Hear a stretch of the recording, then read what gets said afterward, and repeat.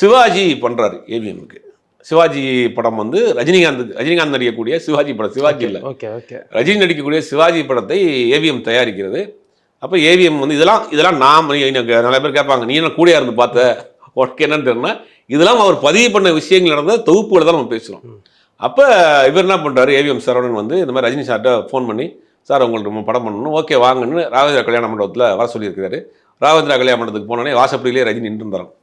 உள்ளே கார் உள்ளே போனேன், சார் வாங்கன்னு சொல்லி உள்ளே கூட்டு போய் உட்கார வச்சு, நீங்கள் கதையெல்லாம் சொல்ல வேணாம், ஏவிஎம்க்குன்னா ஓகே ஒன்றும் பிரச்சனை இல்லை, ஓகே சார் நான் அட்வான்ஸ் ₹1 கொடுங்க சார் அப்படின்னு ரஜினி கேட்குறாரு. ரஜினி என்ன சார் நீங்கள் ₹1 கொடுங்க நான் படம் பண்ணுறேன் அப்படின்னு. வெறும் ₹1 வாங்கிட்டு ஒர்க் பண்ண கமிட் பண்ண படம் தான் சிவாஜி. ஏன்னா அவ்வளோ பெரிய நம்பிக்கை அந்த நிறுவனத்தின் மீது.